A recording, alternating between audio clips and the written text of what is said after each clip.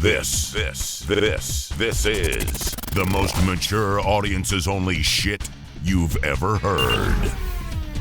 Period. From Boston. Broadcasting all over the world. Send the soy boys home. 'Cause we ain't gonna sugarcoat shit. Drop down, I'm gonna give it to you. This is the Joe Cronin Show. Now, here's Joe Cronin. Joe Cronin.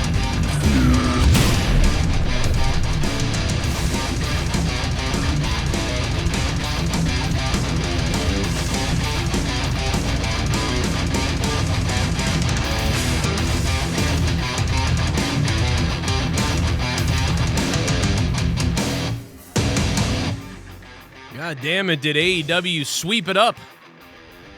Swept it up? What's going on, bro? How's everybody doing?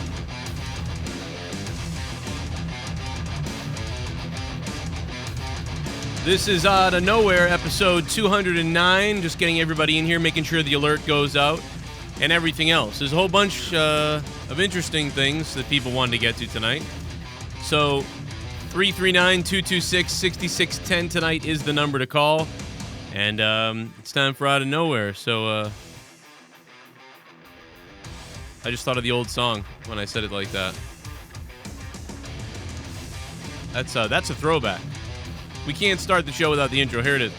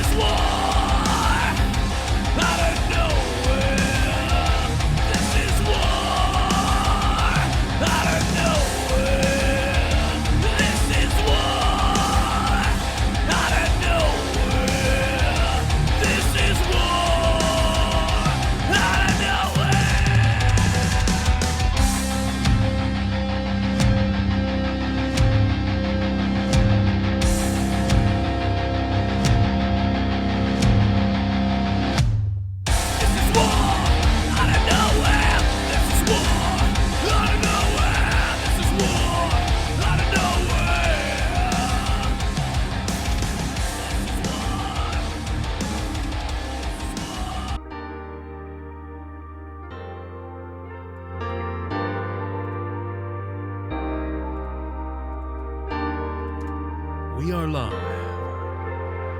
We're live on YouTube. We live on YouTube. We live on YouTube.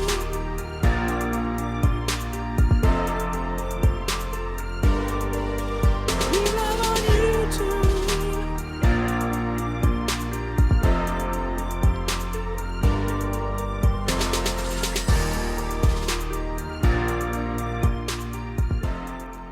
What's going on, everybody? Welcome to Out of Nowhere. Tonight we got open phone lines tonight. If you want to call up to say something, this is the night to do it. We will be having open phone lines all night. I've got some people that are a few guests that are going to be calling in. It's going to be a interesting show. There's a lot to talk about, but let me go with Jay first, man. Here he is. Look at him. He's got the Skype on and everything. You're sexy. Oh, my God, you're sexy. You got the Skype, the video on and everything. Can't believe it. Can you hear me?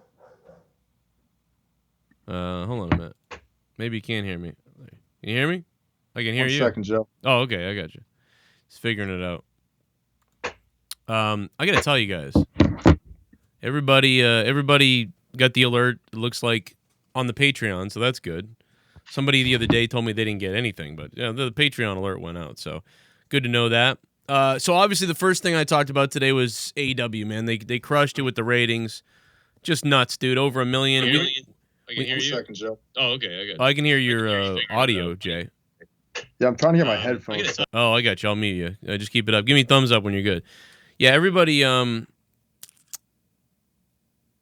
We thought there was going to be good ratings because they were on their own night, and there was nobody else up against them. Like next week, I don't think they're going to hit 1 million next week because next week they're going to be on Thursday, and that's not their night. So there's going to be, a couple 100,000 people who maybe they're doing something different on a Thursday night, or maybe they forget and they don't watch, whatever the case is. You're going to have probably lower ratings, but not too bad because they'll still be solo. They're still not going up against NXT. So I still think that next week you'll have something like 800,000 something next week. I think I said 830 the other day. Okay, Jay's working. So 830 next week, I think, but we'll see what happens. But to do over 1 million, I mean, I'm shocked. I thought maybe high 800s. I guess I thought I said 900, but apparently I said like 880 or something like that.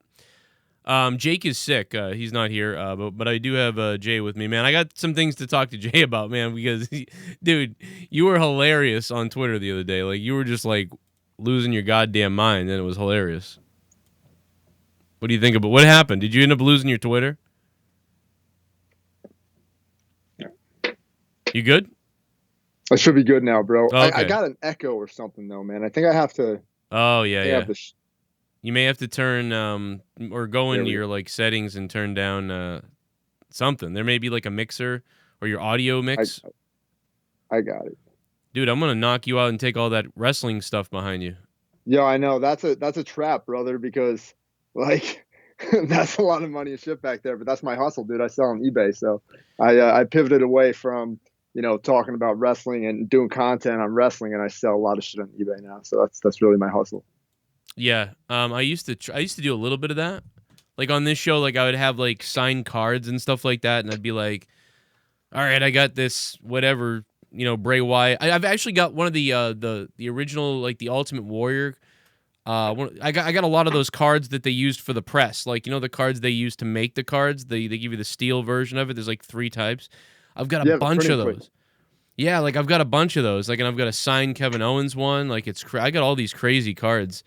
But yeah, so I used to sell them on eBay, or I used to have my own store too, and then I would just plug my own store. So I'd be like, oh, check out, this stuff on my store, and then I would be the one that shipped it out and everything. But it became too much of a pain in the ass, and I wasn't doing well enough. eBay was all right, but the greatest thing ever is Amazon. If you can get on Amazon, and when you get on Amazon, oh my God, dude, I was buying stuff on eBay and then flipping it on Amazon for 40% above that price. Because people on Amazon a lot of people don't even look at eBay. There's and they're like, oh shit, what's this? Oh, I'm going to buy that. They don't even, meanwhile, you can go on eBay and still buy it for that price. And they're buying it off of you for 1,000 times more. And you're like, what the hell are you guys doing? Bro, the hustle is real, man. Fulfillment by Amazon is a real business you can do, dude. You can take stuff off eBay, flip it to Amazon, make a profit. You could also buy stuff at Target and Walmart and do the same exact thing. Yeah. So there's a lot of money out there. I don't personally have an Amazon account yet, but that's in the plans. Right now, you can build up an eBay store. It's a lot easier to do. You build that thing up, and then you tell Amazon about it and be like, yo, I've got this top-rated eBay store over here for 3 straight years. They'll be like, all right, they'll open it up to all the products for you, and then you're just raking in the cash. So that's my plan, dude. Yeah. But dude, let's talk some wrestling, man. I was triggered the other day. You were losing your mind, bro. What were you mad about? Tell everybody what you were mad about. So, dude, and you have to agree with me here, man. Jim Ross, we have to show some empathy for this guy, dude. He's been around forever. He's the soundtrack of our childhood. And the fact that everybody jumps on him for his takes and his commentary, this guy's been doing commentary since the 1970s, and we're jumping down his throat? For what reason? Why? Let's chill. Let's relax, man. All right. I think everybody's aware of Jim Ross by now and the stuff he says on commentary. Yeah. And we have to kind of take it like a 1990s comedian or something at this point, because it's it's goofy, man. There's nothing harmful about that. He means no harm. So why jump down his throat? I've like criticized the commentary team, but not for the weird SJW stuff. Like, there's 3 guys doing commentary, doing play-by-play. It's terrible because there's 3 different guys doing it. So it feels like sometimes JR is like, it's like he doesn't quite have the same like power he used to have all the time. Sometimes he's tired and whatever. And Tony Schiavone feels like he's like the third man in. He doesn't really want to jump in, so he lets them do it, but then sometimes he has to jump in. And Excalibur just wants to kind of like mow over everybody with like, that's called a double dragon dildo move, you know, and like and like he stutters a bunch and stuff like that. So it's like 3 guys trying to do play-by-play, and it irritates the hell out of me. Like I just, it's weird. But other than that, I don't blame JR for his little wardrobe comment. That was like nothing. Like, I mean, they've done stuff way, I don't even understand that. So like, so you basically, what happened is you defended him the other day, and then the psycho almost made up Twitter. It's always like the weird Twitter accounts, like with like a horse and a unicorn head or some person that's not real. And then like thousands of people started attacking you and stuff like that. Like you probably made like Reddit posts the other day, like misogynist something. Like it was crazy. And then you just started like going nuts, drinking and flipping out. It was fucking hilarious. I was watching, I was like, man, I've been in this shit before. Like, and I'm just watching you like, fuck, you're like, you had no shirt on and you had like alcohol in your hand and you're like, you're like pacing back and forth, making your 9th video, and you're like, fuck it, bring it. I don't give a fuck anymore. And you're like, take my Twitter. Like you were just losing your mind. I was enjoying it. Yeah. And bro, I blame the White Claw, man. Have you ever drank those? This is the first time I've had a bunch of those. I've had 1 or 2 in the past. Yeah. Not by choice. They're just always sitting around the house. You know what? So I drank 10, dude. I'm starting to think that there's something in White Claw, because Owen Benjamin used to be a comedian. Well, he is a comedian. But now he's sort of like called a right wing, like, whatever. They think he's like a white supremacist or something now. I don't know about that, but he is pretty, far off.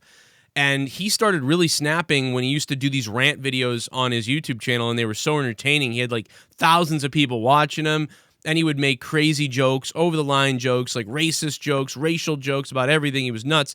And he was like, he's like, I don't give a shit anymore. Fuck Hollywood and fuck them, and they're all crazy. And he was just down in White Claws. I'm starting to think the White Claws are like bath salts or something like that. So I've never drank those like that before in my life. So, and I've drank beer plenty of times. I drink maybe 4 or 5 times a year, and I've never acted out like that, especially online. But I think it was a combination of a few things, man. It was the Twitter stuff. Right. And then it's you're trying to defend yourself, and then other things come at you, and people bring up things from your past. They were sending me tweets from 2013. Like, what are you doing? What are you doing? It's crazy, bro. It's craziness. So, man, makes you feel uncomfortable. You know what's hilarious? You know what's wicked funny about it is I used your name because, a lot of times when I go to do interviews, I'm like, yeah, I'm with whatever, and you do PWP Nation, so I said, I'm Joe Cronin, and we'd probably get the interview up on PWP Nation or whatever, and and I said that, and then I'm like thinking they're gonna go look up Joe Cronin, and they're gonna be like, wow, I don't know about this guy, and then they're gonna be like, well, let's see what that PWP stuff is about. And then they're going to go to your Twitter and see you like, fuck you. Like, and I'm like, they're going to be like, these guys are insane. Fuck these people. And I just thought that was hilarious. Oh, man, I'm broadcasting in a low quality tonight, too, by the way. So I'm sorry, everybody. I didn't even realize that. So people are probably like, what the fuck? Like, but yeah, I'm sorry. I'm broadcasting in a low quality. My bad. But yeah, man. So what else is up with wrestling? What's on your mind as far as like AEW and the commentary? And are you happy with the commentary, or what should they do with Jim Ross?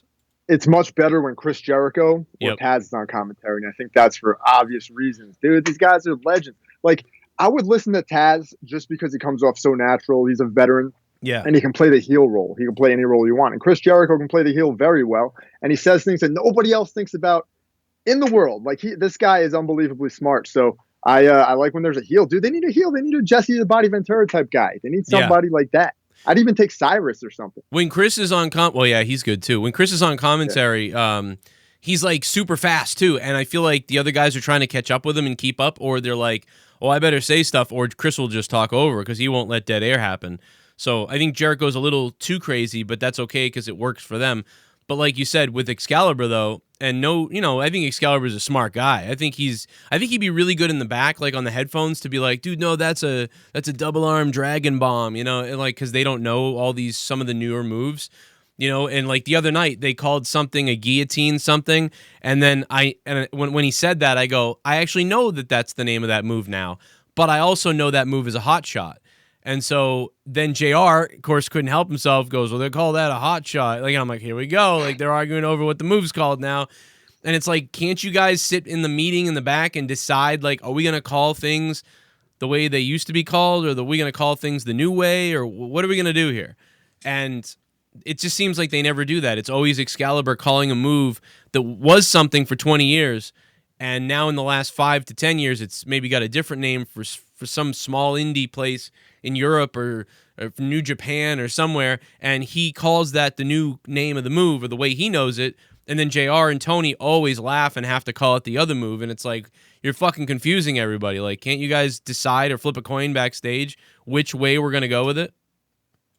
Yeah, man. And this is why I think and I'm going to put you over for a second, this is why I think you need to keep doing commentary and keep filming yourself doing commentary, bro. It's all about the repetitions over and over and over again. And we're still pretty young guys. I mean, AEW, WWE, they're going to be here in 10, 20 years. Like, if you keep going you can have that huge position within that company at some point in your life. So, dude, keep going, bro. I like your commentary. You're good at it. Thanks, keep going man. at that shit. I really appreciate it, dude. Like, I think you're right on with the Vince thing and the JR thing. Because, like, I grew up watching those guys, and you said that to me the other day, and I'm like, yeah, I really do have because I wanted to be Vince, man. I was a kid. I wanted to be Vince.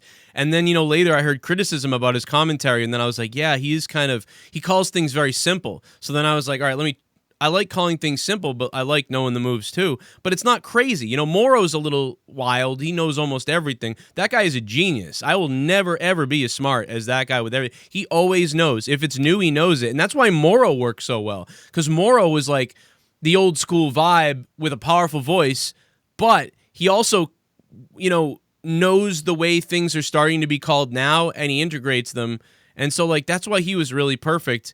And and why Excalibur and JR are just, it's so bizarre. Like, I don't know, man. But then there's these times where JR shines when he sounds like old JR, and it's like, if he didn't say that or wasn't talking like this, it wouldn't be exciting right now. So it's such a big deal, man, that the commentary is good, and they got to figure something else out. They probably don't think so, though. They probably think, like, hell, we got legends. This is great. So, and it's not that bad. It's better than WWE.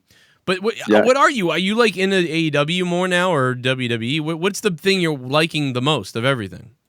My favorite thing is AEW and NXT. I like the Wednesday Night Wars. I like watching both of those shows on Wednesday night and comparing them. It reminds me of my childhood because I did that with Raw and Nitro when I was 12, 13, 14 years old. I'd watch them both. I'd have one TV taping one and watching the other one live. I think a lot of us did that when we were like 12 and 13, right? I don't feel the vibe. Well, I absolutely, dude. I was like always flipping. Like I was like flipping, and if something happened, someone called me. Like, did you see that? Or, dude, flip over. Like, you got to see what's going on, But I don't feel that vibe now with this. I feel like there's a competition, and I feel like I'm watching a competition because I can't. There's nothing crazy enough that makes me want to flip off one thing to the other. Really, a little bit. But mostly, if anything was going to happen, I would flip over to AEW because I feel like AEW is the more unpredictable, crazy stuff happens. So I don't find myself being like, oh my God, I got to go watch NXT right now. I don't got to change AEW to watch NXT. But I do find myself like with people texting saying, hey, oh my God, this is going to happen on NXT or this just happened. And I'm like, whoa, okay, I got to watch that later. But I don't find myself like, well, fuck this one, I'm turning the other one on. And obviously nowadays, most of us, we have either two TVs or we have multiple devices, so we can, if you want, watch both at the same time. There's really not the like pressure to be like, okay, flip over, and you miss portions of the other show, which is something we did back in the day.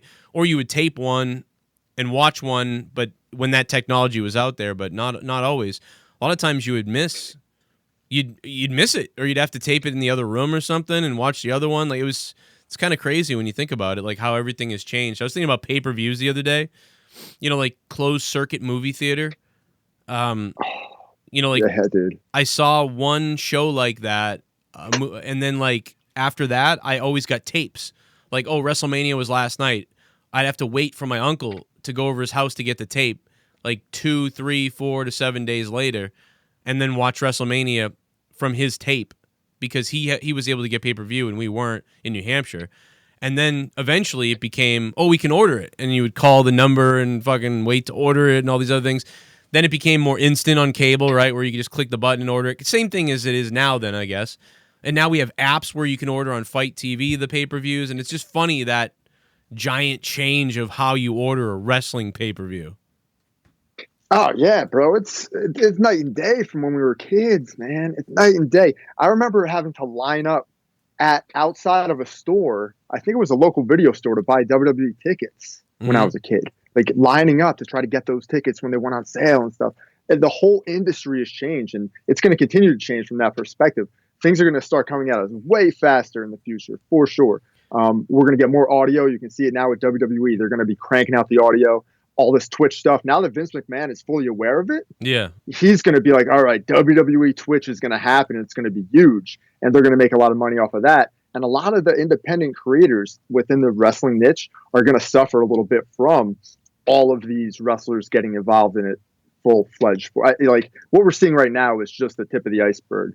In like a couple of years, all these wrestlers are going to have gigantic channels, man. It's going to be difficult for everybody. I think like the bubble's going to eventually burst. But, yeah, it's getting a little like I've been watching it since. I mean, dude, like when I got on here, there was only a couple guys that I was competing. I mean, not competing, but I mean, I guess competing with in a way. When I got onto YouTube with the wrestling stuff, man, and nobody else was live really except like 2 guys, and like it was awesome, dude. And it's kind of weird, man. It isn't like depressing or anything, but it's just kind of like, damn, everyone figured it out. Because I used to say back in 2012 and 13 and 14, and even in 15 and 16, I was like, damn, I can't believe that, not more people do this. Like even some of the bigger wrestling podcasts weren't doing live YouTube. Now they are. Now they all are. Within 2019 and 2020, they've all launched one, and all the wrestlers are launching one. And it's like, damn, like I had something cool like in 2012, 13, 14, 15, and 16 even, I think. But now it's starting to be like, shit, now it's you got to fight for like a little corner of the universe here, right as all the ratings are going down anyway. So it's not quite as special. But what do you think about the Matt Hardy situation? How did they handle that, right or wrong? They handled like it was dog shit, dude. Bro, that was listen, man. That match should have been dead the moment that bump landed. That match should have been done, called off. You can gimmick your way out of like a loser leaves town match. It's fucking wrestling. You could do whatever you want. You could let the loser leave town, and then he could be back on Wednesday night. Who cares, bro? That guy, like, imagine if Matt Hardy would have fallen off that perch on the finish. Right. What if he falls, dude? Gets his leg caught, tears up his knee. What the fuck were they thinking? That was one of the all-time. That was on par with, like, in ECW when they let New Jack carve up that kid. Like, what the fuck are you doing? Yeah, dude, I couldn't believe it. At first, I was like, are they doing? I thought the only thing that set me off for a second was I was like, man, maybe they're doing, the broken gimmick or something because this is how he got broken. And I'm like, maybe there's styrofoam down there, and they tried to make it look like he hit his head, and I was coming up with all these different excuses of how this isn't real, and. Because I couldn't believe it, but once they went right to the spot on the scaffolding, that was the most when I went, wow, holy shit, this was real. Because they totally skipped the match and went right to the ending. Something's wrong. If they were going to do this, he hit his head thing, they would have called it right there, and he would have been shaking, and then he'd be broken Wednesday or something like that. And then when I watched it back and I saw him falling and stuff, I was like, holy shit, bro. And then Matt Hardy looked just like a UFC fighter that gets clipped with a gigantic haymaker and gets knocked out and gets stiff. Yes. And you don't know what's going on. And then they wake up and they think they're still in the fight. That's what Matt Hardy looked like. You know what's funny about that is my wife said that. Although she's not a big, she doesn't know UFC, but she goes, that looks like the UFC, like the thing when a fighter gets knocked out. And I go, what? Because I'm like, how the fuck do you even know about that? She goes, it looks like when someone gets a concussion from something. That's how you lay like that and your neck goes back. And I'm like, what the hell? And you're the third person now to say that. I think Jake might have said it too, but multiple people said that to me. And I probably watch more UFC than the people that said it to me. And I'm like, yeah, you're right. That's what it looks like. What'd you think of his thing? His like a sort of "I'm okay" speech or whatever. Was that damage control, or was that what do you think that was? Or getting Rebby on camera? Rebby was going nuts, man, on Twitter. Of course, she was freaking out. She probably flipped out in that locker room too. By the way, on Tony Khan. She probably lost it. Oh, we lost. Speaking of losing it, we lost Jay. Oh, no, there you're back. Okay. We're good to go. You're back. Fuck. I'm back. All right. All right, baby. Yeah, do you think that was genuine? I lost you. Do you think it was damage control or that it was genuine, the Matt Hardy segment on AEW? Oh, damage control 100%. They played the sympathy card. He's like, I'm going to come back and I'm going to go for the world title. And all the marks are like, yay! And they forget what happened, man. Yeah. This is like, that was 100% a play to make everybody be like, all right, they're going to push him when he comes back. He's going to take a few weeks off. He'll be back. They'll push him.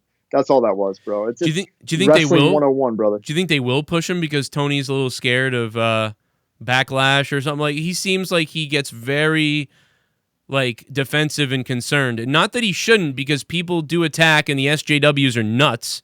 I don't know if I think he's starting to realize, damn, these people are savage, the wrestling fans, if you like anything nowadays. But so do you think he will push Matt almost as a I don't know, man, to say we love Matt and he's okay, see, look, and he's going to win a title or I don't know, man, or will he just be brushed aside now that they got their "I'm okay" speech? Bro, they're going to go for the TNT title. They'll put him in that program. They'll have him fight Brody Lee or something. They'll keep him away from Sammy Guevara because that feud is fucking cursed, dude. If there's a feud that I've ever seen that has an Illuminati curse on it, it's that thing. What the fuck? What are those two guys doing to each other, bro? Yeah. They stay away from each other. What's Sammy doing? That's my wife said that too. She's like, well, this guy hurts everybody. And I'm like, he doesn't though. Usually he's really good, I think. But yeah, with Matt, I don't know what it is, man. He's throwing chairs at him and it's splitting his head open. He's fucking spears the guy and holds his waist. Table bump. Sammy Guevara cut his head on a table bump. Oh yeah, that's right. He got busted there. Yeah, someone's gonna get hurt every time. Yeah. I mean, I don't know. I can't lie. I want to see another one. I'm starting, but someone's gonna break their neck though, or something's gonna happen. Yeah. But yeah, man, you guys should. So what do you do? Are you kind of out of the PWP Nation, or are you sort of when things get hot and you're feeling like it, you jump back on the website and start working it again, and you kind of let it be? Because it's really a lot of work. People don't understand, to run a wrestling website, whatever it is to get a YouTube channel to trend and to get something going on YouTube, it's 10 times harder to make a website go off, so is that something are you giving up, or are you on pause, or are you come back once in a while? What are you doing on pwpnation.com? Yeah, we're on pause. We've done this a bunch of times in the past. We're a small website, man. I started in 2012, same year you did. Started super small. I peaked in probably 2014. That's when we peaked, really, and we're doing really well, 2014, 2015. Yeah. And what happened was I built a great team, dude. I had the time, I had the energy, I had the focus. There wasn't so much bullshit going on in life. So I had a great team, and eventually that team started to fall apart. Lots of bullshit, drama, all these egos, all the stuff happens, man. Yep. And a lot of it is a heavy majority is my fault because I'm fucking crazy. We all saw that on Sunday. I'm absolutely out of my mind. So a lot of that's my fault. Were you treating people like they were you were a boss and they were get on it, guys, do this, guys, or no? Okay. No, it was more of this, dude. It was my own ups and downs with creating content. So Yeah. I'd be all in one week, and then the next week I'd be fucking drained and not do anything. Oh, and then I'd okay. be yo, it's my site. I'm chilling, relax, guys. We're gonna take it easy for a minute. Yeah, I get that, and that's what happened with me too. With it, because if you don't pump out content every day, all day, and if you're somebody who likes short-term results, it's depressing because you'll be committed all day, every day, trying to get the stories and trying to get things and maybe interviews and all these things, and you're putting them up and you get no results for 6 months. But after a year, you build up at least 30 to 300 viewers who come back a couple times a week or a day, and and maybe you take any time off or you slip a little bit and they start going away, and then you're still working as hard, and you just kind of go, fucking, nah, man, I'm taking a couple days off. Then you go, just forget it. And then something big happens and you go, all right, I got to jump on there and get this going. But then you've lost those half or more of the older viewers, and and now you're trying to build up new ones, and the whole thing just keeps going. It's really, you got to be like a savage. I always tell people that when you do these things, you got to treat it like a third job or whatever the fuck. Like you have your job, your hobby, your hustle, and then you have that. That's like your third thing. And if you commit to doing that every day for a year, but you don't go too crazy, you might get it done. But that's a lot of work, man. Or you got to get other people in charge of it or whatever the hell else. But I don't know, man. Maybe that was the plan. That was the plan, Joe. That was the plan. Is Yeah. I had somebody in charge of it, and he's still a great friend of mine, Aaron Ramadanov. He is just an A+ type of guy, and he was running the site really, really well, and we were running together as a team.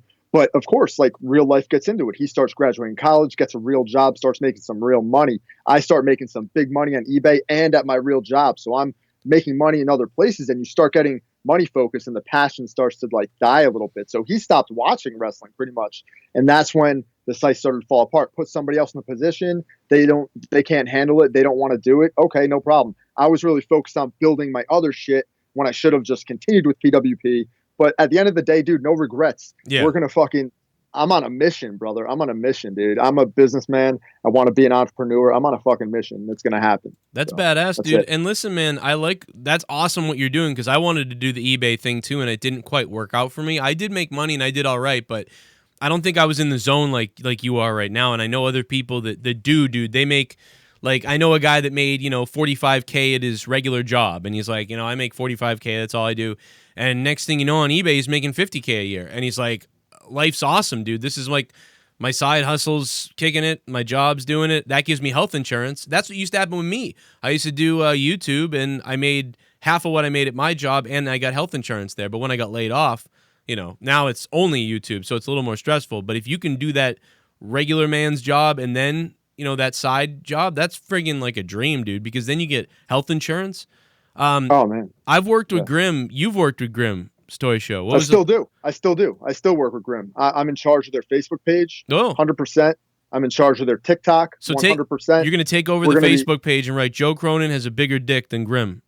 Oh, bro, savage, man. I should do that. That'd be so funny, bro. And it's just a black dick. And then you put that up all over the place. Actually, don't do that, because his audience is like younger, but but we'll talk about what. No, I'm just kidding. No, obviously not gonna do it. But no, that's really cool, man. Do you fucking run his social media shit? That's crazy. Yeah. No, just TikTok. Well, TikTok just started. We got 1,000 followers in a little over a week. TikTok's on fire. You should be on TikTok. And here's the thing. I am. A lot of people are hating on this app. You are on it. Good. Fucking post 2, 3, 4 times a day. Anything that we're doing right now, any of your content, it takes fucking 5 minutes to make a clip and post it. 5 minutes. There's no excuse, dude. No fucking excuse. And I'm having a paradigm shift over the past couple weeks. Right. It's just a brain shift, man. Doing a lot of meditation, a lot of yoga, a lot of crazy shit. I'm really diving deep into like spirituality and trying to become a better person. And I think it's opening up the brain waves, brother. I can feel it. I can feel it coming off of you, bro. I can feel it coming off you. And dude, listen, when you start getting in the zone that you're in, like, this is the shit that makes people successful. Like, when you're fucking like, you just keep nailing it and doing it, and when something doesn't work, you just turn and go the other way and keep doing something that way. You find those spots. So many people just keep bouncing into the wall, and they keep doing it, repetitively failing, and then they go nowhere. Like, but what you're doing right now, I can see it. Bro, you're ready to go. You're hyping me up. There's no excuse. Last Wednesday, I bought wrestling toys on Facebook Market for $30. There was 35 WWE toys, and there was like 4 belts and a table and shit. I've already made $173 off of those toys. Damn. So I turned $30 into $173, and it's been very little work. It's been fun. I don't care about holding these toys in my inventory. Like, they're investments. Somebody's going to buy them. Yeah. Now I can discount them. I can give them away, whatever. I've made my money back. There's no excuse to like get out there and make a little extra money. You should never complain about money. I see these people on Twitter, and I'm just going to be a dick for a minute. You're complaining about buying WWE Network for $9.99 a month. Yo, if you can't afford $9.99 a month, you've got a big fucking problem. Look at me, a big fucking problem. Yeah, I mean, $9.99. Come on. We had to pay $60 for a pay-per-view every month, like not that many years ago. Fuck. When I was 15 years old, every dollar I made went to WWE pay-per-views, man. Right. Raking leaves, fucking shoveling snow, man. All that shit, dude. Selling baseball cards, all of it. speaking of owning things, what do you think about Rusev? A lot of people thought, they hired another WWE guy and he cut a promo shitting on Vince and whatever else. But, he was there for 10 years, a lot of pent-up stuff. Elephant out of the room first. Did you like it, hate it? What do you think about Rusev? Can he actually cut promos? Or you think it's all hype with him or whatever? He should have taken a bigger shit on Vince, dude. Mm-hmm. He should have went really hard. He should have cut a promo that we remember for the rest of our lives. Listen to me, Joe, real quick. Yeah. Who cut the best promo returning to another promotion, like leaving the last promotion and going back to where they were? There's a few of them I can think of, but X-Pac was like... Boom. X-Pac was, I'll never forget that whole story. You look to your blood. And he comes out there, and Hulk Hogan better not stop short, or he'll go so far up Eric Bischoff's ass, he'll know what he had for breakfast. Like, yo, he goes, Hulk Hogan, you suck, pal. You suck, bro. Pal. I actually stole that in a rant on King Kong Bundy. Rest his epic, soul. Dude, that's fucking epic. Dude, that's epic. Rusev, I think, was shooting for that, but I think Rusev is a super nice guy, whereas 1998 X-Pac was a fucking savage out for blood and ready to kill WCW. And that's the lack of toxic masculinity. I heard you say this the other day, that we need more toxic masculinity in pro wrestling. I can't even fucking talk. We do. We need more of it, dude. We need more of it. Yeah, we do. We do. That's the problem. Everyone's all like Mr. Nice Guy. Conan said it the other day. He ripped on Keith Lee, and I've been playing the clip all week because I think it's fucking hilarious. And he's like, bro, I never heard it. I don't think you can hear sounds on Skype because Skype sucks. Next time I'll get you on Discord next time you can hear it. But no, he goes, and I didn't like his promo either. He comes out there like, oh, salutations, how you doing? What the? Are you gonna fuck him? What are you doing? Like, it's like, yeah, dude. I don't know what the fuck.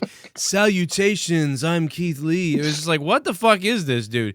These people are I believe the people are looking for a badass and for some crazy mic work. They're not looking for all these nice guy, good guys or whatever. Do you remember like I think I always use this as the example. Psycho Sid, right? Right before Stone Cold went off, Psycho Sid started becoming like a fan favorite, kind of like they were cheering for him over almost anybody all of a sudden, because I think they were like, oh my God, the fucking heartbreak sexy guy and the fucking Bret Hart and the other guy, like, where's the fucking guy? And Psycho Sid was like, I'm the master and the ruler. And people were like, you know what? That guy at least seems like a guy who'll kick someone's ass. Let's cheer for Sid. And people started cheering for fucking Sid. And if Triple H didn't get in trouble and Stone Cold never hit that King of the Ring thing, that promo, that spiked. Everyone went, you know what? Fuck Sid. This guy's even better. And they were looking for that. 100%. It's crazy. 100%, bro. They've lost it. Since John Cena, they've lost the ability to do that, to create a complete badass babyface. They've tried it. I mean, CM Punk might be the most close they've gotten to it or whatever. Yeah. But they've lost the ability to have a badass babyface. They're all Mr. Nice Guy. No matter what, they're Mr. fucking Nice Guy all the time, and that's not going to fly with a male demographic, bro. We're talking about demographics. That's huge. That's huge on your show. That's huge on any show, bro. You want to know your demographics. All these wrestling fans who are like, don't worry about ratings and demographics. You guys aren't thinking deep, man. You're thinking on the surface. You're trying to be like, oh, everybody should like all wrestling. It's okay. How many tweets am I going to fucking see with the same goddamn tweet where you guys just ripping each other off and copying each other saying it's okay to like WWE and it's okay to like AEW? No shit, Sherlock. Like, let's be creative. Yeah, man. And the guy now that the closest to Sid is Drew. It's like Drew McIntyre. You're like, cool. Yeah, that guy's like a guy. Cool. I'm going to cheer that guy a little bit. Like, but it's still not, there's still no Stone Cold. That he's like the Sid. He lost us. Drew McIntyre lost us when he started being goofy and trying to make jokes. Yeah, and it's like, I still like him, but it's not nothing crazy. And if they had given him the mic to really just start shitting on everybody or whatever, or acting crazy, like, it might have been a lot better. But, hey, man, whatever. But anyway, I'm going to move on, man. I'm going to take some other calls. Other people are like, what the fuck put me on? But listen, what do you got to plug, man? Hit him up on Twitter. It's Jay Aletto, PWP Nation. Yeah, I'd say follow TikTok, man. Follow me on TikTok because it's going to be less me reading anything on Twitter and more me posting on TikTok. So I'd say follow me over there. Okay, what are you posting there? Like old clips, or you flipping out, or like what's going on? Just all kinds of shit, man. The great thing about TikTok is shitting on the Chinese government. No, nothing like that, dude. Let's not get crazy. But yo, there was all kinds of craziness today, man. Netflix is getting canceled, and like we've got all these distractions in every direction. So I'm trying to keep it positive, bro. I believe in Bitcoin. I believe the Federal Reserve is going to collapse and our dollars are going to become worthless soon. The economy is going to collapse. So I would say invest in cryptocurrency and be ready for a wave of destruction come election day. And have some cash on you too. I think that's a really for sure. Take some money out of the bank now, especially for election day. Yeah, because we could really get into the politics of what's going to happen no matter what. Really, to be honest, that's the thing is no matter what, this could. And I want to let everybody know that I don't really know what the fuck I'm talking about. I'm just spitting shit. So, yeah. Oh yeah, that's me guys. too. We don't know what the fuck we're saying, but it's fun to talk about it. So, yeah. Hey, there you go. Yeah, man, Jay, thanks, dude. I'll plug the TikTok, and I'll talk to you soon, man. Thank you for coming on. Anytime, brother. All right, later, buddy. Later. What's up, everybody? Thank you, man. Wanted to get Jay on first because he's a good guy, man. He really is. He's a good guy. Good dude. Always hit me up. Always got some good takes, man. You should have seen him on Twitter the other day, though, man. I'm telling you, dude. He was flipping out on Twitter, dude. He lost his fucking mind. He was in a fight with all these SJWs who were like, Jim Ross should die, and oh my God, they were flipping out about Jim Ross, and he was like, fuck you! Fuck you! Fuck you if you talk about Jim, and he's like drinking White Claws and acting crazy. I've known him for a long time, though, but that was just too fucking funny, man. He's also supported the show with money before, too, back in the past couple of years. So another big thing about Jay, man. Let me go to the donos real quick. Jake is sick, so. We have a new member. Oh, shit. Of the JCS Army. We even hit the goal for tonight. Holy shit, dude. Thank you guys for that. CJ Bradley just became a member a few minutes ago. CJ Bradley, man, thanks for going down there and becoming a member. And no, I'm not drinking piss. It's vitamin C, vitamin D, and water all rolled into one, man. And you guys should be taking that vitamin D, brother. CJ, thank you, dude. You're going to have emojis and logos and all these other things like that. Jay's definitely going to get made fun of for, being on TikTok. No doubt about it. There's something going on up in space. There's something going on up in this place. Oh, no! There's something weird kinda happening, strange kinda happening, things are kinda happening. What the fuck is happening? Aliens, extraterrestrials, they gave me a shot. Nanotechnology. I'm not me. You're not you. I'm fucking crazy. Split personality. Scott McKinnon.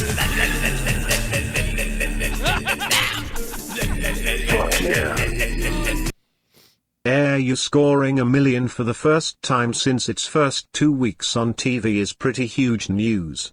Especially when it was on the same night as the NBA playoffs. Also R.I.P. Barry Scott. Next to Don West, he is the voice I remember most with the original. Wow, man. Yeah, rest in peace, man. That's crazy. Barry Scott and Don West. What a tandem, man. And dude, Soundwave 92, Soundwave, thank you for dropping $51.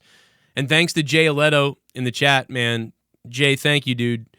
Plug your shit on Twitter whenever you can. I'll try to tweet it out and all those other things, man. Because I think he's a really good, smart guy, motivating. I think he's entertaining as shit. I would love to do some more podcasts with him, to be honest, because he's just I love talking to the guy.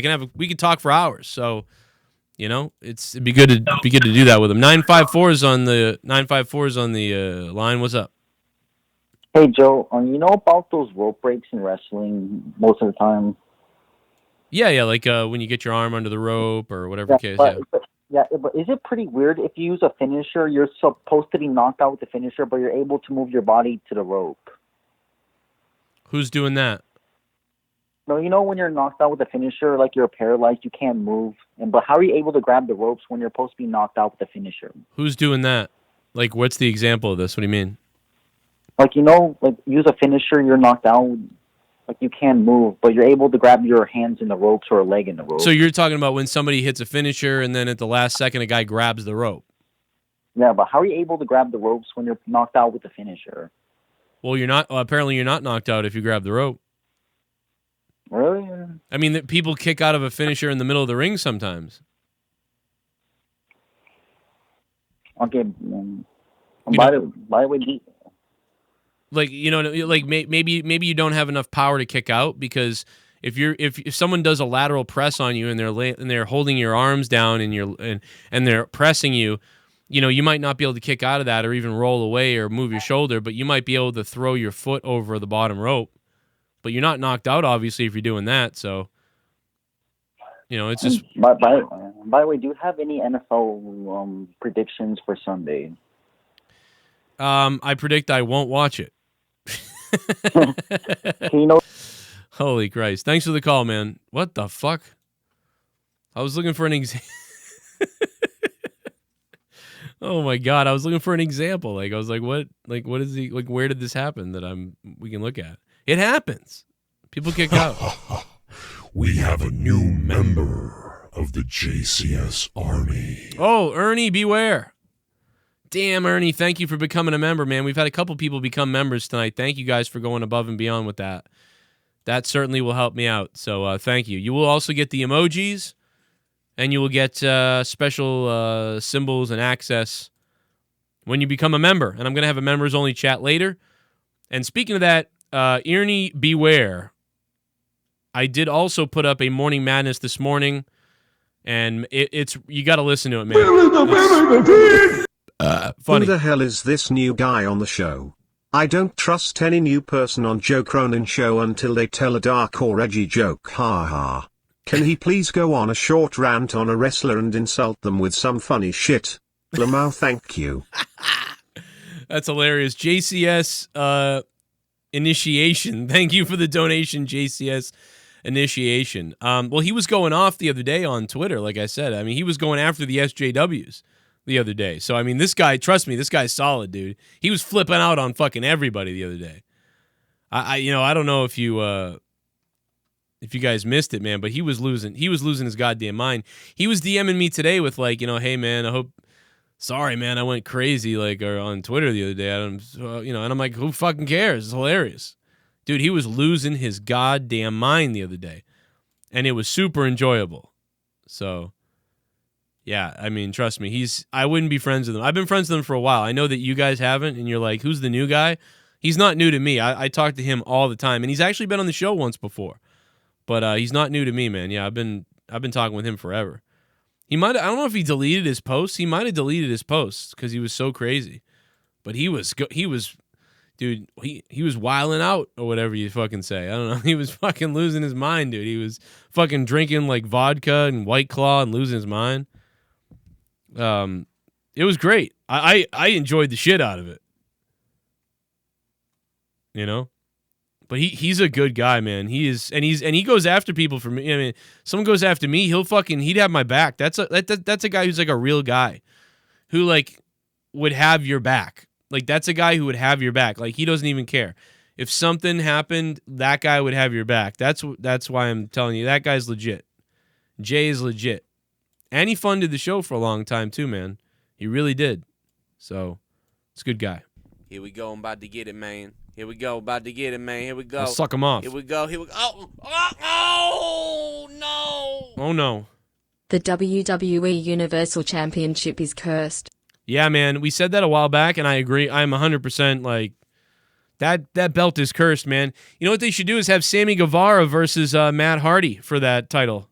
That could be fun. Then it could be really cursed. Then somebody get injured while doing it. AEW, man, they hit 1 million. Over 1 million. That's crazy. I mean, I knew it was going to be good, and they were going up against the NHL too. People didn't even mention that. Dude, they were going up against the NHL too. It wasn't just the NFL. Tampa Bay Lightning were playing the Islanders at the exact time, and the Celtics were in Game 6. Shit bomb. It was crazy. Follow Botch Club on TikTok, 81,000 followers plus, and follow the Wrestle Daily on TikTok, 31,000 plus followers. Wow. Sure, our TikTok page is Joe. Well, not also, only that, Joe, I need your help. I just posted a free WWE shirt giveaway. Whoever can try and tell what The Rock is saying. Okay, check that out. You guys could win a t-shirt from Botch Club. So Botch Club is beating the Wrestle Daily on TikTok, but on Instagram, The Wrestle Daily is beating Botch Club. That's kind of funny. Oh, a little bit of the bubbly. That's it. That's pretty funny That's it. stuff. Bubbly? Man. Look at this stuff. Oh, a little bit of the bubbly. That's it.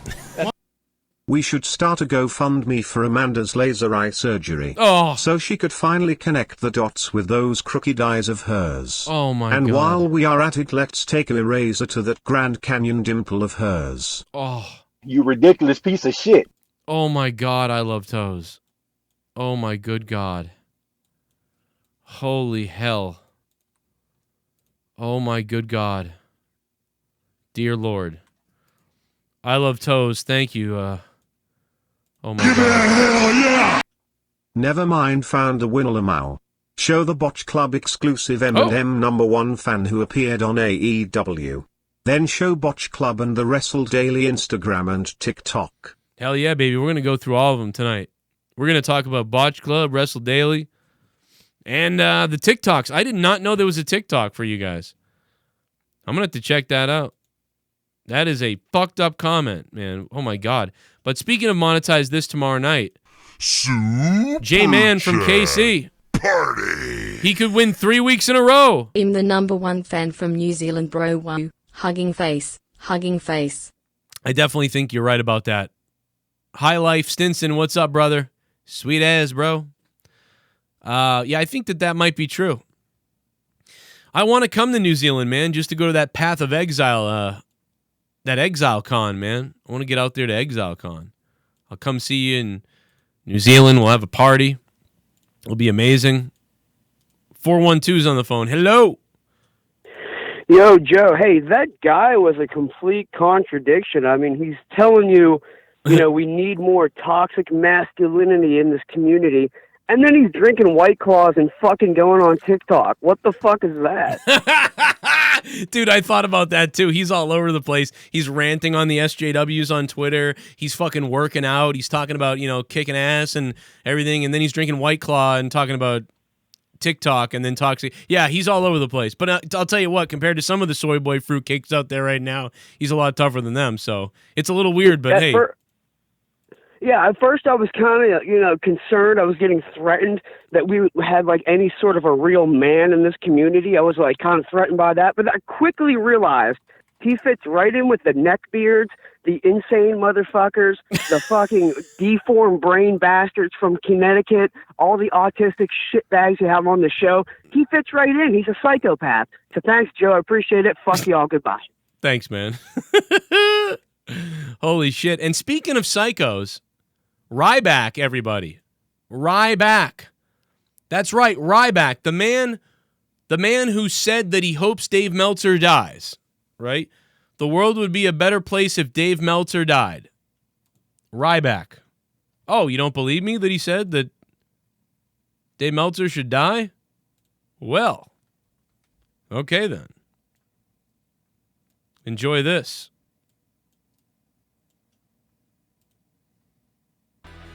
Because he doesn't agree with Dave Meltzer's stance on pro wrestling. The world would be a better place with Dave Meltzer 6 feet under, creating hate for people he dislikes. He makes money off other diseased marks, but does so in a... There you go. Unbelievable. Let me play this again. I know that I could have just read Ryback's comments, but I'd rather JD read them for me. Because he doesn't agree with Dave Meltzer's stance on pro wrestling. The world would be a better place with Dave Meltzer 6 feet under, creating hate for people he dislikes. He makes money off other diseased marks, but does so in a... You'd be better 6 feet under, bro. You'd be better 6 feet under. Hold on, I got a better clip of this. Here it is. I knew it. The fucking thing keeps stopping. Here's the better clip. With Dave Meltzer's stance on pro wrestling. Creating hate for people he dislikes. He makes money off other diseased marks, but does so in a horrible way. End quote. Let me try and understand this because I'm failing to see how this tweet is able to stay on Twitter without it being reported for a community guideline fucking suspension or... Let's stop that right there, JD. How have your tweets managed to stay on Twitter without receiving strikes and takedowns? Okay? I'm banned for life on Twitter. I had 36,000 Twitter followers. That's more than he had. I had 36,000 Twitter followers, and I was banned for life for tweeting out at MTV hates white people. If anybody has a beef about Twitter, it's me. But whatever. And you've called people the F word and the fag word on Twitter, and you don't come down, JD, so you should probably be lucky that you're not down either on Twitter, because I've been down on Twitter 7 times.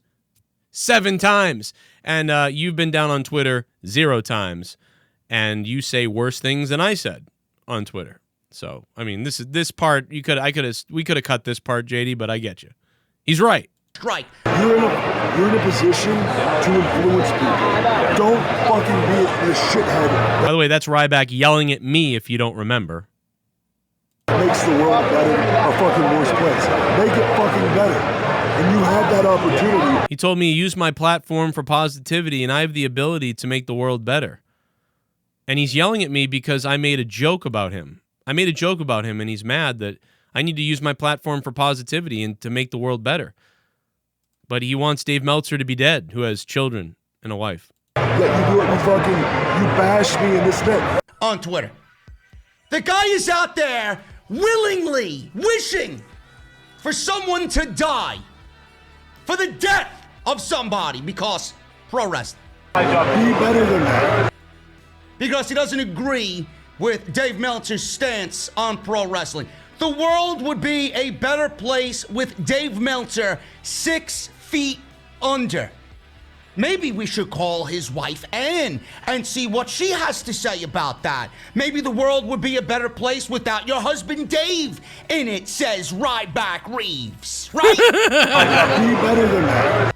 I'd love to know what she thinks about that. A world without her husband. You fucking savage. Maybe his 2 children think the world would be a better place without Dave Meltzer, without their father. You're in a position to influence people. Don't fucking be a shithead that makes the world better, a fucking worse place. Make it fucking better. And you had that opportunity, yet you do it, you bash me in this thing. Ryback is a human piece of fucking shit. I'm glad that I'm not the only person that sees this. I firmly believe that the world would be a better place with Dave Meltzer 6 feet under. He is the most dangerous kind of mark there is, and he puts out lies for profit, creating hate for people he dislikes. Finish it.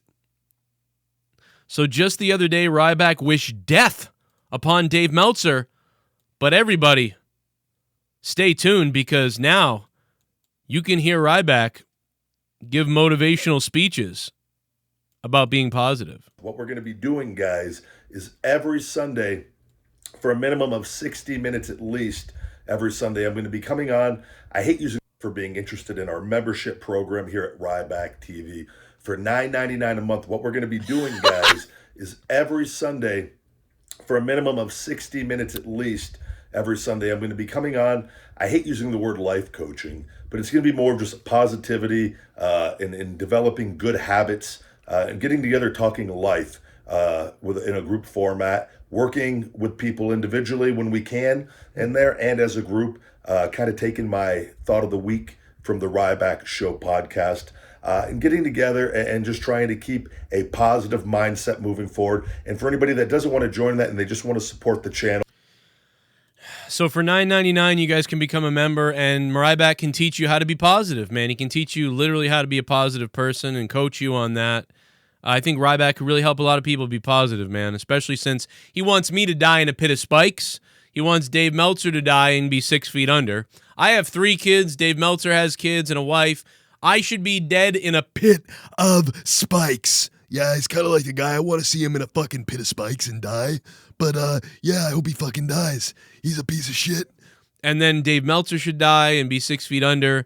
but he's going to teach you all how to be positive in life. It's going to be incredible, man. So definitely for $9.99, that could be really a big thing to help you. 305, hello.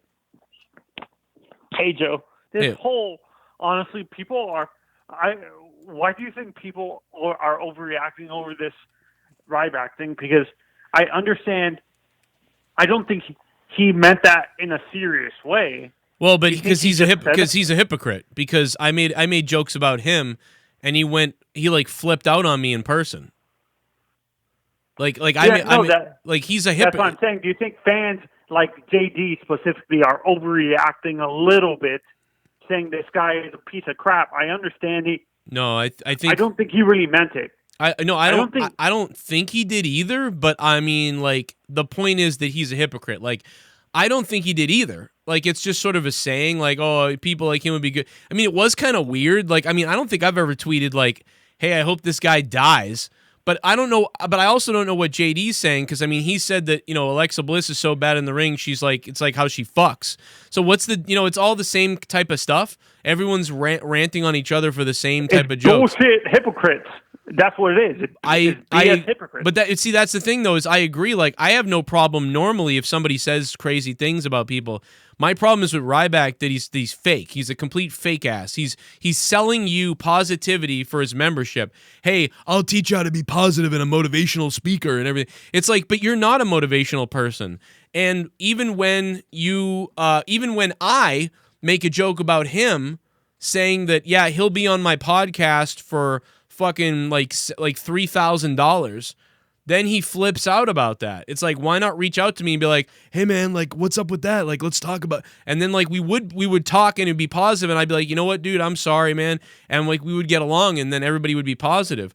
But there was never anything positive about him. And when I went up to him in person to tell him, hey, sorry that you got offended by the jokes, and that's all they were, is jokes, and I wanted to apologize to you man to man. Then he cuts a promo on me for like 3 minutes. And then he goes, okay, well, whatever. And then I'm like, all right, well, hey, man, can I buy a photo or buy something? No, I'm good. Don't, no. And I'm like, okay, man, well, anyway, thanks. And then the next day, he goes on his podcast and says that he was hoping that I died and that I should. And he's like, I wanted to fuck him up, but there was people, you can't do that, but I really wanted to. And it's like, dude, this guy's the fakest thing ever. And he's had all the time in the world, 3 years.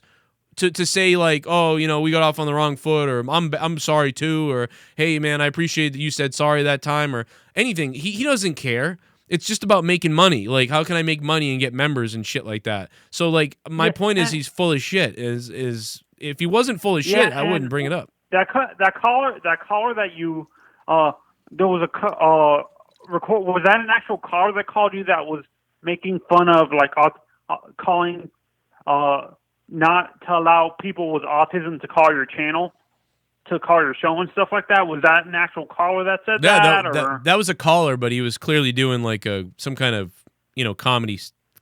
He was cutting a comedy promo or something. But yeah, he was a caller. No, because I thought he was being serious when he said that.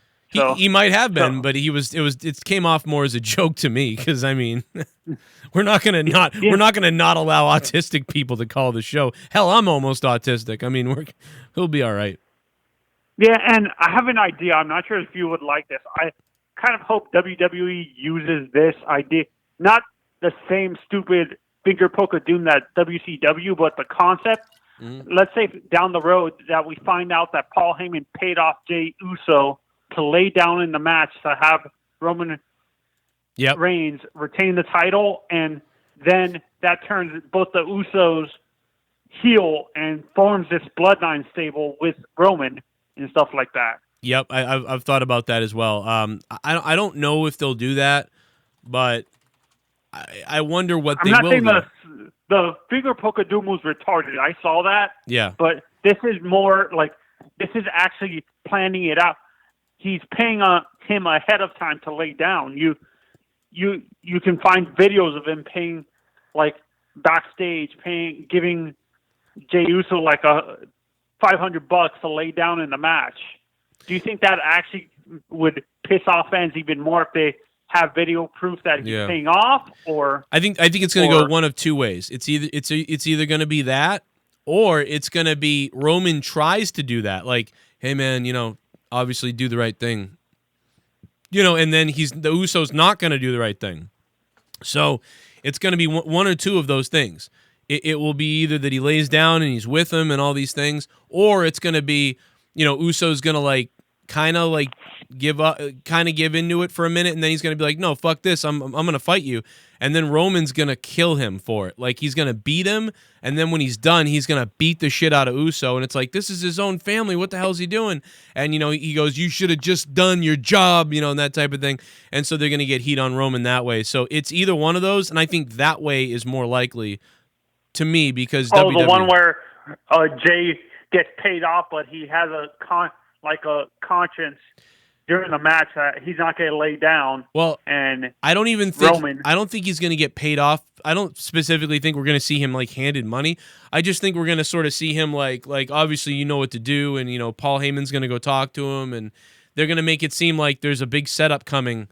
But then when they get out there, Uso's going to not go with it, and then it's going to be a fight, and then Roman will win, and then he'll beat the shit out of him afterwards. But yeah, I don't think that you're going to see money exchange, but you're going to see the insinuation, the closer to the match they get, of basically Roman being like, you're going to do the cool thing, right, man? I expect that, right? Lay down for me. Yeah, and Uso's going to be like, what? Fuck, I don't know what I'm going to do. And then they're going to be like, is Uso going to throw this match because of Roman? What are they going to do? And, I think that's what they're going to do, but who knows? I don't know, but that's... Do you like my idea, though? The lay down thing, or the finger poke of death thing, or... No, the paying off part where, and down the road, this can set up of have the Usos turn heel, because honestly, I don't like them as a babyface tag team. They're more of a heel tag team to me. The Jay and Jimmy, they're not really. I can't really buy them as a babyface tag team. They're more of a heel tag team. Don't you agree?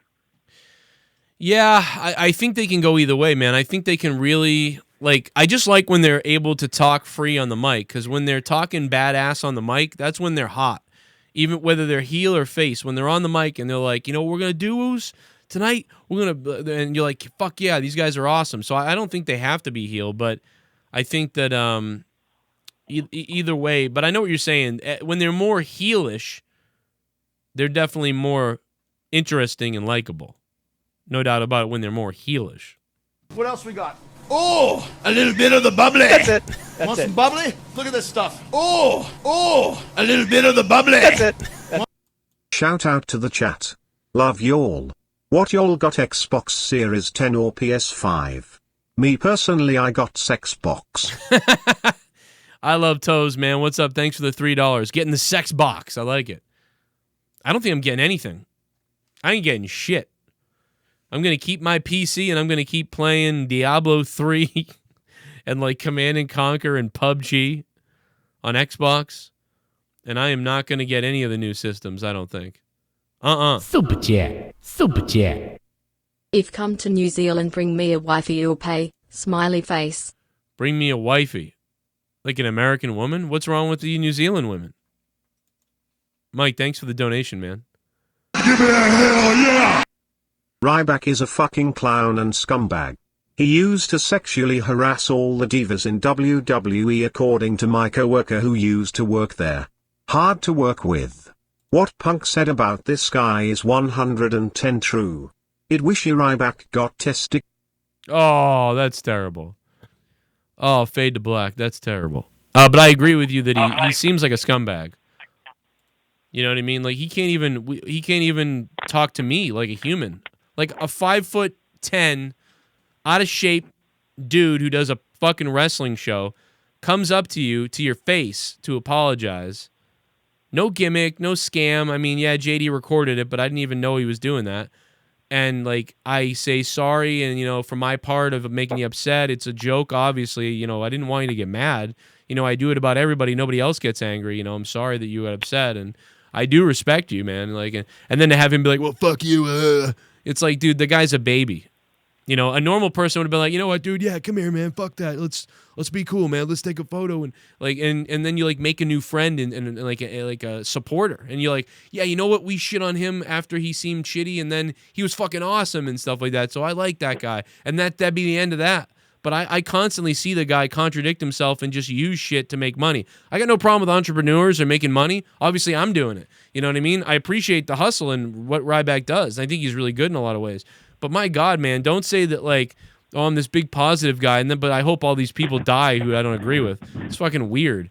You don't make any sense. 769, hello. Hey, Joe Cronin, what's good, man? What's up, baby? I have a question for you. When it comes to booking a wrestling character as undefeated, how many months shall the streak last? How many months should a streak last after somebody beats somebody for what? What was it again? The first part I missed. Whenever you're booking a character that's supposed to be undefeated, how long should their streak last? I guess it depends on where they are on the card. Like if you're booking a brand new wrestler and they haven't really been around, I would make that streak last a pretty long the more the audience responds, the more I'd keep the streak going. You know, but if the audience is about the same now, seeing you win all the time, you know, then at some point I'd probably pull the plug earlier. But if it's for like Goldberg, like Goldberg, they kept pushing, and the more they pushed him, the more the crowd reacted to him, and then it became kind of a frenzy for the guy. And then they went, oh shit, let's put the guy in like the main event role. And then when they did that, people lost their minds. And then when he came out and was in the main event for the title, it had built to this epic, you know, fucking moment. You know, but somebody else might not quite get that fire, and you might pull the plug on the streak or whatever sooner. And if you're a champion and you win a title and you go on a streak with a title, then yeah, I think you kind of keep pushing it until the buzz is gone, or unless you have someone else who's going to take the title or someone else who's going to beat this guy's streak, and it's going to make a bigger deal, like Honky Tonk Man. Honky Tonk Man, Intercontinental Champion, like what was it, over a year or something? The guy, you just expect him to come out and win, man. This guy just always wins, and all of a sudden, the Ultimate Warrior, who's this brand new character kind of, and he's starting to kind of get over with the fans, and all of a sudden he's thrown into this match with this other guy who never loses, and then he beats the guy in like a few seconds, and like the fucking world explodes. So it's all about timing. But I think anywhere between 3 months, 6 months, and a year. You know, nowadays it's less time. You can't really do a year now, but I think in some cases you can. So it really depends on the wrestler, the opponent, the timing, and what's going on. So that's a hard one to answer depending on the situation. I could tell you several different situations where it worked out for 3 months, 6 months, and a year. You know, so I don't know. What if they start booing the good guy? Then what do? Pull the plug early? They start booing the good guy that has the streak. Then I turn him heel, and I make sure, and then he continues the streak. And then you keep pushing, and you keep pushing him with that streak until the minute you have a face you want to get over. The minute you have a face that's starting to get over big time, you keep them away from each other. And when you see somebody's stock is blowing up and this guy's getting booed out of the building, and then you put them against each other, and it's like, that's magic right there. That'd be a layup, because you'd be like, oh shit, this other guy's starting to blow up and the people really want him to win, and he's winning matches, but he's not really getting an opportunity against the belt or whatever. Or even if this guy's streak is just epic, even if the guy was like, this guy has 115 wins and, you know, no losses, and just to put the new good guy against that guy, and for that guy to lose against the good guy is going to pop the crowd crazy. So yeah, dude, I'd flip him heel and then be like, hell yeah, we have a huge launching pad for a face with this guy. Okay, cool. Thanks for the call. Yeah, appreciate it, man. Good shit. Always a good call. Always enjoy that guy. Give me a hell yeah! Furthermore, Ryback is a piece of shit. Hypocrite going after you, and dude wanted Cena money from WWE. There's a reason no promotion will take him. He's horrible. He's a liar and he's so fake. Dude was an absolute scumbag in the back. Fade to Black, thanks for the donation, man. I believe it, man. I hate to say it, I believe it. I don't think he's as bad maybe as we say, but I don't know, man. Like, I don't know, man. The guy's just sucks, I guess. $9 for a fuck. Someone donated 9. I'm getting hard. I got 9 inches inside of your wife. $9. I'm I'm shooting my semen to the ceiling. I'm coming and my balls have turned blue. 9 bucks, suck my dick. Go ahead and suck it. Don't be surprised if Ryback is #MeToo. I've heard a few unconfirmed stories about the dude. No one likes him. Heard Pat Buck did what he did because he knew Ryback was too retarded to realize someone was doing that to him. Go suck a tranny, Ryback. Oh my god. That's hilarious, bro. Yeah, Pat Buck did say that Ryback took money from an old man and whatever. I don't know. I mean, I hate to keep bringing it up, but it's just funny when you see these clips and you're just like, this guy's out of his mind, man. Pat Buck is still working for WWE despite Ryback wanting to get him fired. I like how when Ryback said he wanted to get Pat Buck fired, he's like, and I know I'm supposed to be positive. It's like, no, you're not. You're always shitting on everybody, dude. You're always shitting on everybody, Ryback. The last time you talked to Pat, I sent him a message and just personally let him know the other day that I'm going to personally get him fired when I'm fucking healthy if he doesn't get fired before that. First of all, why do you got to be healthy to get Pat Buck fired in the WWE? Right? First of all, why do you have to be healthy to get Pat Buck fired? Second of all, who openly says that they're going to get somebody fired? They're that bitter and angry. They're like, I'm gonna purposely get you fired. And then you remember the video of me and him saying, you need to be positive and use your platform. Why do you fucking shit on me? And it's like, and you know, you hope Dave Meltzer dies. I mean, I'm all for comedy and like shitting on everybody. I'm cool with that. I'm fine with that. I like it. But to say like you're going to teach people about positivity for $9.99 a month, what the fuck do you know about positivity? The last time you talked to Pat, I sent him a message and just personally let him know the other day that I'm going to personally get him fired when I'm fucking healthy if he doesn't get fired before that, and enjoyed the ride short term that he's up there. So, and I know his buddy wants to say you're supposed to be a motivational speaker and be positive. I am, but I'm also, I don't put up with little bitches, and I'm a fighter at the end of the day. And if a guy's going to run his mouth, and Pat was running his mouth to other promoters, speaking ill of me, that I'm an asshole and that I'm horrible to work with. All I say is ask any promoter I've ever worked for what the story was, and you're not. The proof is in the pudding. These people robbed his buddy KM and fucking Pat and all these other crew of guys were doing homosexual wrestling activities with an old man and robbed him of nearly $1 million, which they joked about it. Oh, it was never anything. I've heard what was going on with those guys and what they were doing, and the guy eventually passed away, Bob. But you weren't going to tell anybody about this back when it happened? You weren't going to tell anybody back when it happened, but now you're going to tell everybody about it. Homosexual acts. You know what it probably is probably that they did make money off the guy. They probably did make money off the guy, but the guy was like, hey, I'm dying. Like, here's fucking money. I want to wrestle with you and shit and rub up on you and watch you guys wrestle each other, and I'll give you money. Okay, fine, fuck it. You know? But he says they stole all this money from the guy. I mean, how do you know the guy didn't want to he spent the money? Maybe the guy just wanted to have some fun before he died, and he did. He died, you know, he goes, I don't know, he wanted to give the money out. He wanted to do something and pay somebody and get a chubby. I don't know. How do you know that they robbed the guy? And if they did rob the guy, why didn't you come out with it years ago and be like, dude, this is fucked up.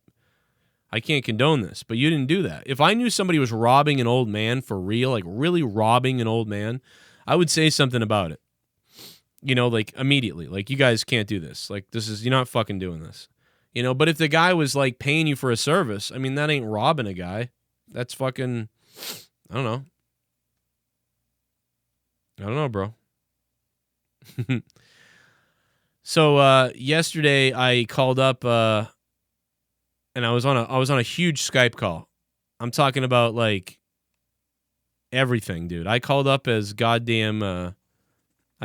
an old caller who used to call the show, this guy Keith, and we had to get rid of him and stop him from being on the shows because of something. But I called up the other day as him, and it was like JP was there,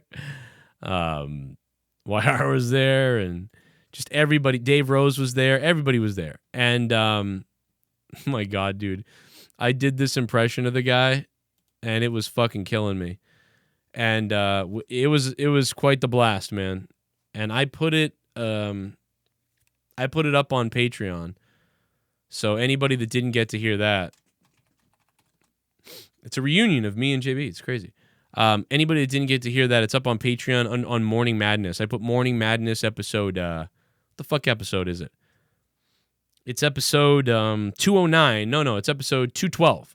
Episode 212 of Morning Madness. And it's 48 minutes long. And about halfway through, I start playing that.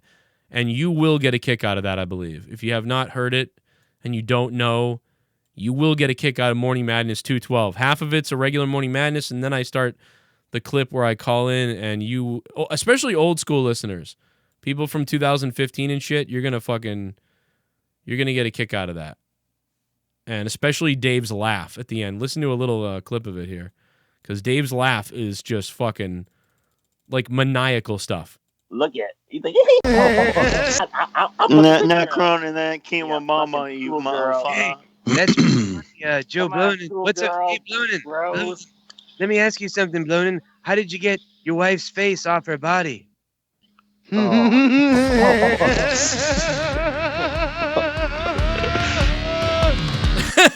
what is that laugh from Dave, dude? What is that laugh, dude? Oh, what's everybody doing to on your show? Oh my God, dude. Ask you something. Look, how did you get your wife's face off her body?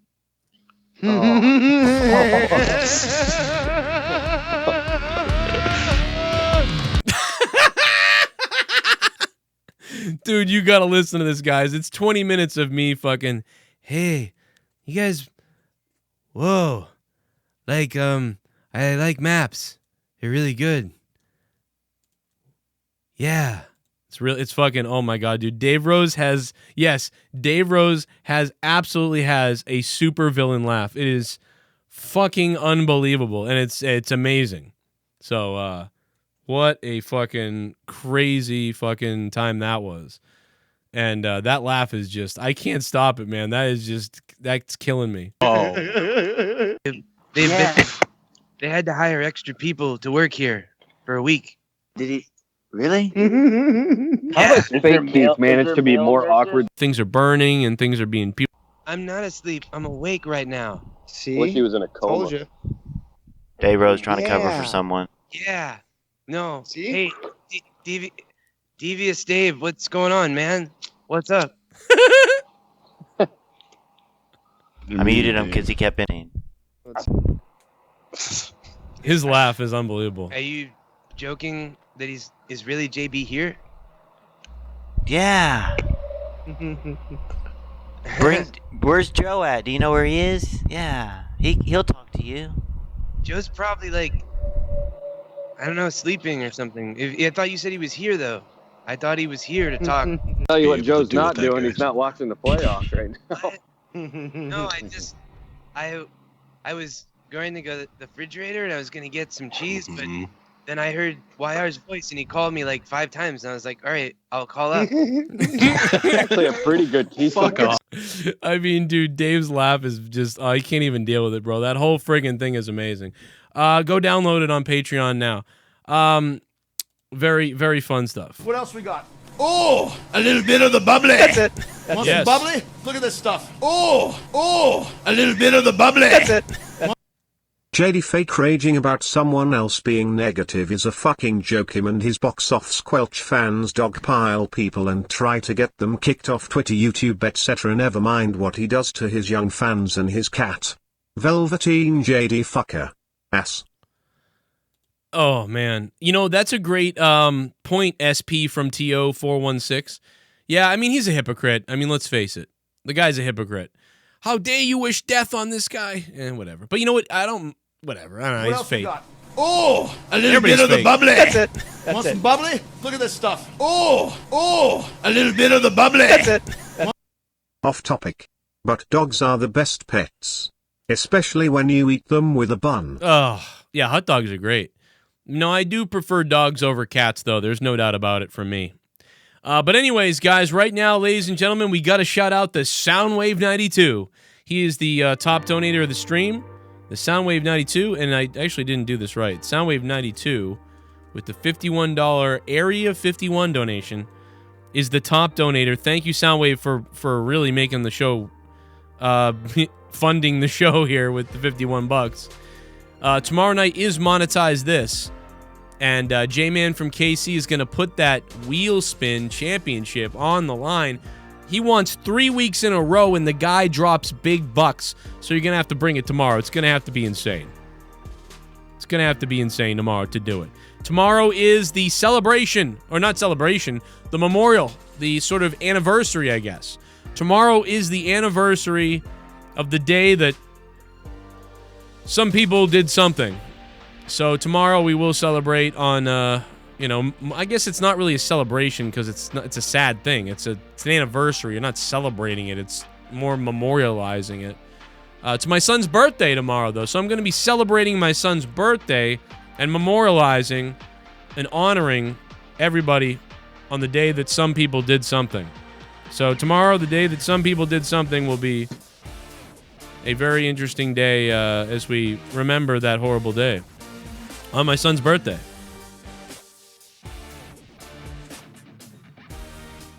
It'll be a lot of fun tomorrow night. Monetize This. We will pay tribute to New York, which we don't usually do here. We usually celebrate their misery, but not this type of misery. This was horrible. Remember, too, we were so mad at the time. Like, I hated New York, so it was like, it was hard. It was like, oh, I love you, New York. But, man, remember, everybody had American flags on every... You know what's crazy is, think about this, man, right? It feels like yesterday, right? Like, even at the time, we were, like, shitting on George Bush. Everybody was mad politically at George Bush. At least the left was. I was. I didn't like him. I was like, bullshit, Gore should have won.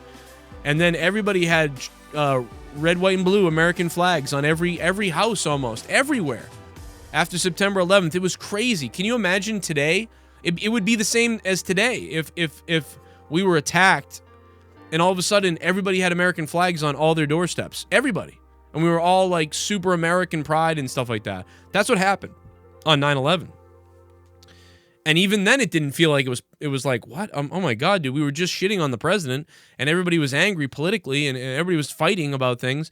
And the next thing you know, everybody had American flags, and everybody was like, fucking America, and fuck them, and like, it was crazy how it brought the whole country together. It was kind of like when COVID started. Remember when COVID started, we all kind of started to come together, and then after like a month, it unraveled into now it's crazy. But for a month, we all came together, like, we got this, and support you and me and everything. It was kind of like that, but then, I don't know. So we're going to talk about it. Talk about the day that some people did something. Some people did something. It's like the very fine people commented. If we were attacked today, they'd probably cheer it. Yeah, maybe. Might be right. Well, hey, man. Thank you guys for being here tonight. Thank you so much. For the people that became a patron tonight and today, thank you guys. I hope you guys go listen to Morning Madness. Please go listen to the episode. Give it a like. Give it a comment if you want. 48 minutes long. Shit bomb. Think you'll like it. Fuck man shit, the whole fucking community is made up of that one kid in gym class. He hit his head on the diving board and went under like he didn't drown, but his brain is fucked and he can't function. Mom's wiping his ass and feeding him pudding. Fuck. Oh my God, dude. SP, thank you, SP, for the $5 and becoming a $5 shit bum. Want to shout out Ricky Bobby from the D. Ricky Bobby from the D became a $2 patron. Aaron Embry went up to the $5 spot. And Weatherwalks went into the $5 Cronin Club. Thank you. And to the Great Deity as well. And to all these wonderful $25 patrons, man. Thank you guys so much for keeping the channel alive. Thank you. And we're going to be updating this list tomorrow, and I'm going to be shouting out the new patrons tomorrow night on Monetize This. If you want to listen to Monetize This, make sure you subscribe to my other channel, Corrupted Nation.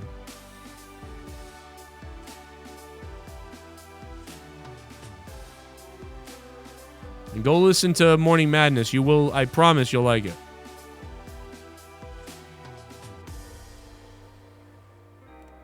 Finish it. Hit me with that Dave Rose laugh again. I gotta hit that Dave Rose laugh. Key are the nurses. You stopped using Google? My favorite sports team is the Milwaukee Brewers because they've got like Dave Rose's Skype message I sent you. Which one was that? I like when I'm talking to JB. I didn't pull anyone in any calls. I invited them to my show twice. This guy keeps muting You keep putting out false narratives, bro. This isn't a drama show. This is a JB, peace bridge show. JB. You said it was a drama show. JB. It's a hybrid. What, Keith? What? Did you get the Skype message I sent you? Which one was that? The one where like I showed you my favorite sports team. No, I must have missed that one. Oh, okay. Well, Why don't you tell me, since I didn't see it? my favorite sports team is the Milwaukee Brewers because they've got like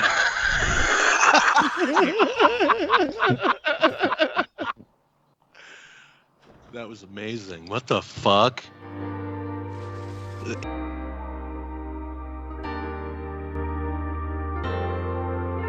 Good night, everybody. Thanks to Soundwave 92 with the biggest bomb of the stream. He takes home that JCS Digital Championship. Man, he's a beast.